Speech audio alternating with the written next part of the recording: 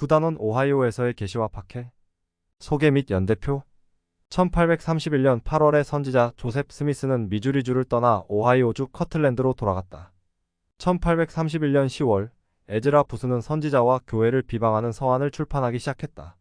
1831년 11월에 오하이오주 하이럼에서 열린 교회 대회에서 조셉 스미스와 교회의 장로들은 계명의 책이라는 서적 발간 계획을 논의했다. 이 책에는 주님께서 그때까지 선지자에게 주셨던 계시들이 수록될 것이었다. 1832년 2월 계속해서 성경 번역 작업을 하던 중에 조셉 스미스와 시드니 리그돈이 하나님 아버지와 예수 그리스도 그리고 영광의 새 왕국에 관한 시연을 보았다. 교리와 성약 76편 참고 약 한 달 후 폭도들이 조셉과 시드니를 잔인하게 공격하여 구타하고 타로와 키털로 테러를 가했다. 1831년 10월 13일 에즈라 부스가 선지자와 교회를 비방하는 서한을 출판하기 시작하다.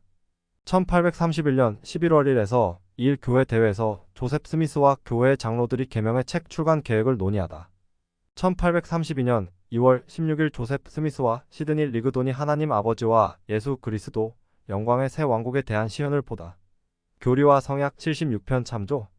1832년 3월 24에서 25일 성남 폭도들이 한밤중에 조셉 스미스와 시드니 리그돈에게 타르치를 하고 깃털을 씌우다.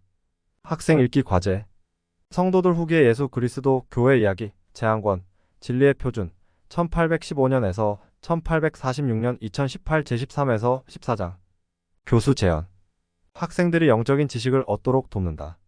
하나님은 우리가 부지런히 그분을 찾을 때 성신을 통해 우리의 생각과 마음의 진리를 밝혀주겠다고 약속하셨다.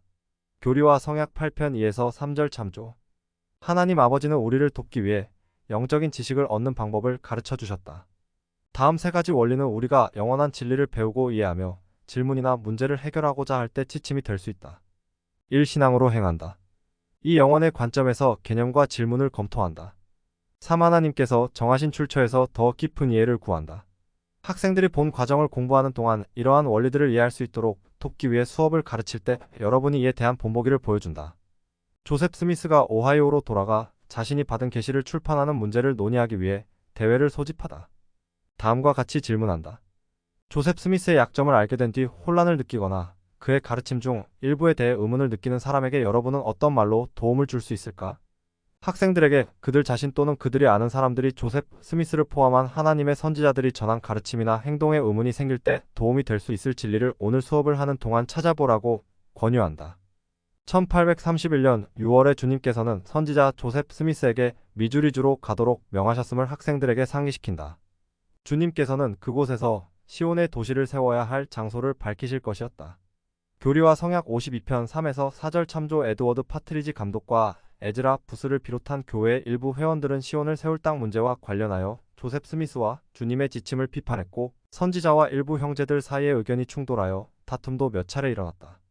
교리와 성약 64편 1에서 7절.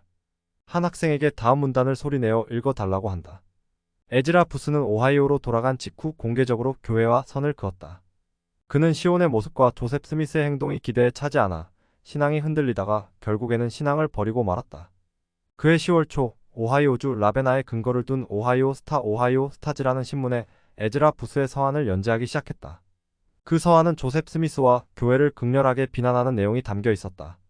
성도들 제한권 제13장에서 여러분이 읽은 내용에 따르면 에즈라 부스의 서한이 출간된 사건은 주님의 계시를 출판하는 문제에 대한 교회 지도자들의 결정에 어떤 식으로 영향을 미쳤는가? 필요하다면 에즈라 부스는 자신이 출간한 한 서한에서 조셉 스미스가 거짓 예언을 하고 있으며 자신이 받은 계시를 사람들에게 숨기고 있다고 비난했음을 설명한다.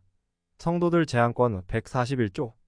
아마도 이런 주장을 반박하고 또한 계시를 공부하고 싶어하는 교회 회원들의 간절한 요청에 응하기 위해 조셉은 계시를 한 권의 책으로 묶어 출판할 것을 제안했을 것이다. 성도들 제한권 141조.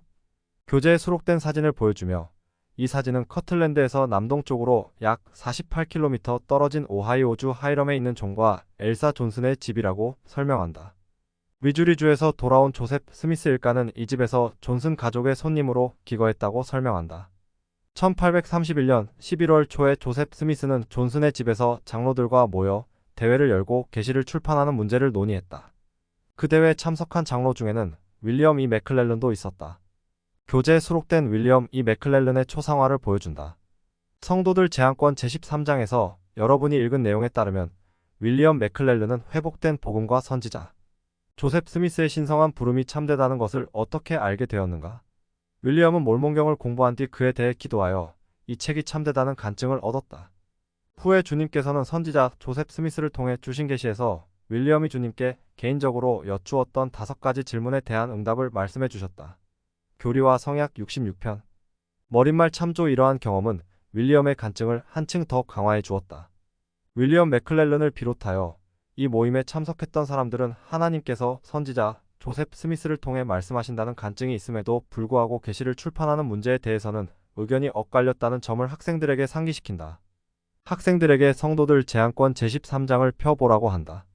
141쪽의 평유회 회원들은 이 문제를 놓고 로 시작되는 문단부터 142쪽의 조셉이 이 서문을 다 구술하자 로 시작되는 문단까지 몇몇 학생에게 돌아가며 소리내어 읽어달라고 한다. 나머지 반원들에게는 이 모임에서 무슨 일이 있었는지 잘 들어보라고 한다. 주님께서 주신 이 서문은 현재 교리와 성약 1편에 수록되어 있다고 설명한다. 대회 중에 주님께서 내 자신의 음성으로 한 것이나 나의 종들의 음성으로 한 것이나 같으니라 라고 선포하신 것은 무엇을 의미하는가? 교리와 성약 1편 38절. 왜 일부 장로들은 계시의 진실성에 대해 간증하는 것을 꺼렸는가?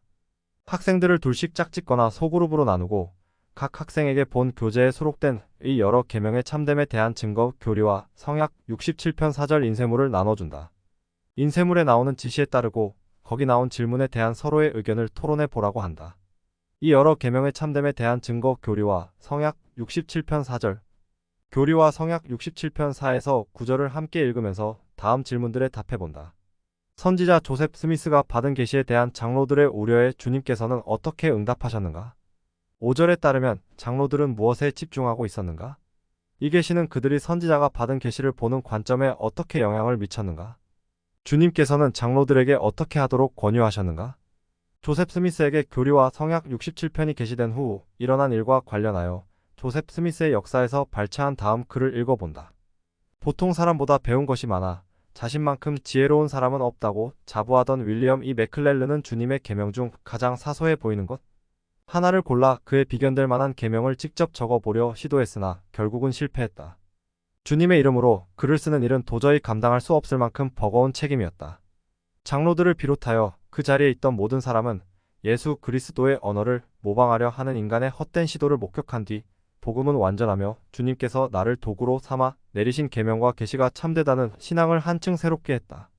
그리고 장로들은 그것들이 참됨을 온 세상에 기꺼이 증거하겠다는 의지를 드러내 보였다. 이 사건을 통해 배울 수 있는 진리를 한 가지 이상 써본다. 노트 만들기? 그러한 진리에 대한 믿음이 있으면 살아있는 선지자의 말씀을 믿는 더 큰 신앙을 실천하는데 어떻게 도움이 되겠는가? 충분히 시간을 준 후 학생들에게 각자 찾은 원리를 발표해 달라고 한다. 학생들의 답을 들은 후 다음 진리를 칠판에 적는다. 하나님은 당신의 선지자의 약점과 불완전함에도 불구하고 그를 통해 진리를 드러내신다. 한 학생에게 선지자 조셉 스미스가 전한 다음 말을 소리내어 읽어달라고 한다. 다음 내용을 읽기 전에 조셉 스미스의 이 선언은 그가 세상을 떠나기 약 6주 전에 발표한 것이라고 설명한다. 저는 결코 제가 완전하다고 말한 적이 없지만 제가 가르친 계시에는 아무런 오류도 없습니다. 교회 회장들의 가르침 조셉 스미스 2007 522쪽. 선지자 조셉 스미스의 이 간증은 여러분에게 어떤 면에서 의미가 있는가? 몇몇 학생에게 칠판에 적힌 진리에 대해 간증해 달라고 권유한다. 교사가 직접 이 진리에 관한 간증을 전할 수도 있다.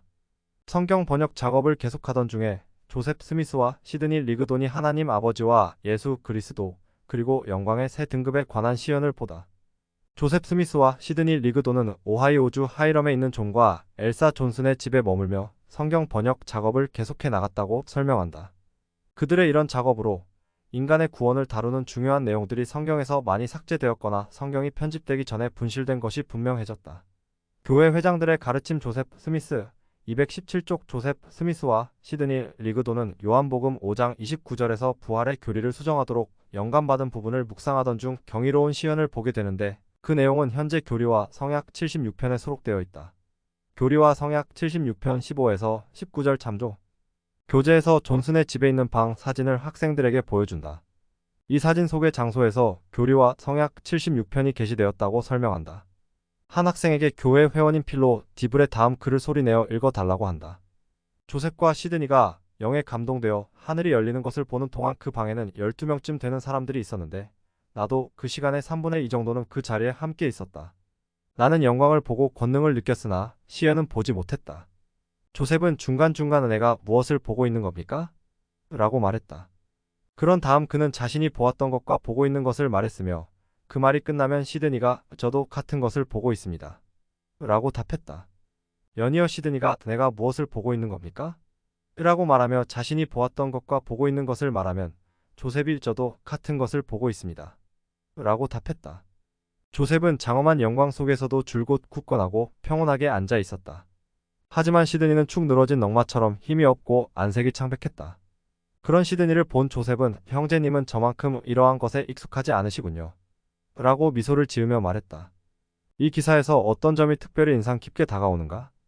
성도들 제한권 제14장에서 여러분이 읽은 내용에 따르면 이 시연에서 밝혀진 진리는 천국과 지옥에 관한 전통적인 믿음과 어떻게 달랐는가? 주님께서는 이 시연을 통해 멸망의 자식들을 제외한 모든 사람이 결국은 영광의 왕국에서 구원받으라는 것을 밝히셨다. 교리와 성약 76편 30에서 38절, 43에서 44절 참조. 한 학생에게 브리검 영 회장의 다음 말을 소리내어 읽어달라고 한다. 반원들에게는 이 시연에 대해 알게 된 교회의 일부 회원들이 어떤 반응을 보였는지 잘 들어보라고 한다. 하나님께서 조셉 스미스와 시드니 리그돈에게 계시를 통해 모든 사람에게는 그들이 받아들인 빛에 따라 마련된 처소가 있다고 말씀하셨을 때 많은 사람들에게 이것은 커다란 시험이 되었습니다.